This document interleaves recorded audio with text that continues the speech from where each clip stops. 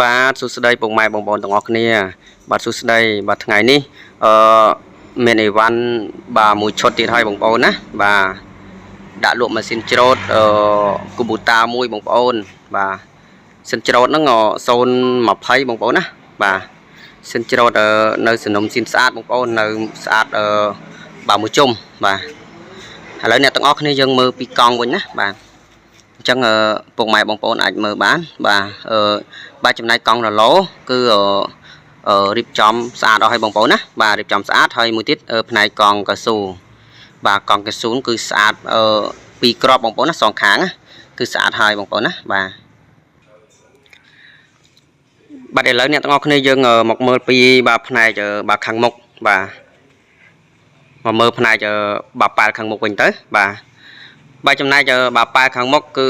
គឺស្អាតហើយបងប្អូនណាបាទគឺស្អាតស្រាប់បងប្អូនបាទគឺយើងបាទរៀបចំស្អាតអស់ហើយបងប្អូនណាបាទដោយសារតែឥឡូវគឺ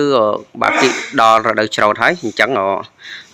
ម្ចាស់ម៉ាស៊ីនគឺបានរៀបចំស្អាតហើយបងប្អូនណាបាទធានាថាស្អាតយើងយកទៅគឺប្រើប្រាស់បានអត់មានត្រូវធ្វើអីទេបងប្អូនណាបាទពុកម៉ែបងប្អូនអាចមើលបញ្ជាក់បានថែមទៀតណាបាទនេះបងប្អូនណាបាទគឺវាស្អាតអស់ហើយបងប្អូនរៀបចំស្អាតបាទកាដៀវកាត់ច្រូតហ្នឹងគឺរៀបចំស្អាតទាំងអស់បាទ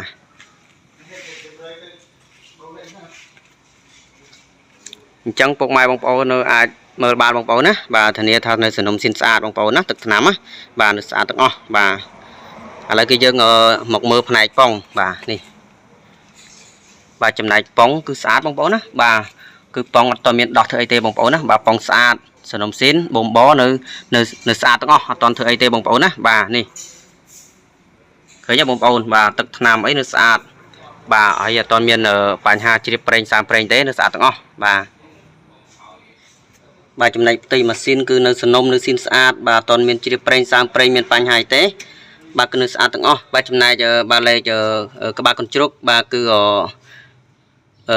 BL បាទគឺឡើងអក្សរ BL បងប្អូនណាបាទអញ្ចឹងក្បាលលេខកញ្ជ្រុកគឺពេញស្អាតណាស់បងប្អូនណាបាទគឺពេញឆ្នាំរបស់វាល្អបាទធានាថាម៉ាស៊ីននៅសំណុំនៅស៊ីនស្អាតទាំងអស់បាទនៅស្អាតទាំងអស់បាទបើសិនជាពុកម៉ែបងប្អូនបើមានតម្រូវការចង់បានម៉ាស៊ីនច្រូតគូបូតាបាទមួយគ្រឿងនេះបាទគឺអាចតាក់ទងមកបានណាបាទចំណែកខ្ញុំគឺមានការចែករំលែកបាទជូនទៅកាន់ពុកម៉ែបងប្អូនតែប៉ុណ្នេះបាទហើយក៏សូមអរគុណច្រើនបាទសូមជម្រាបលា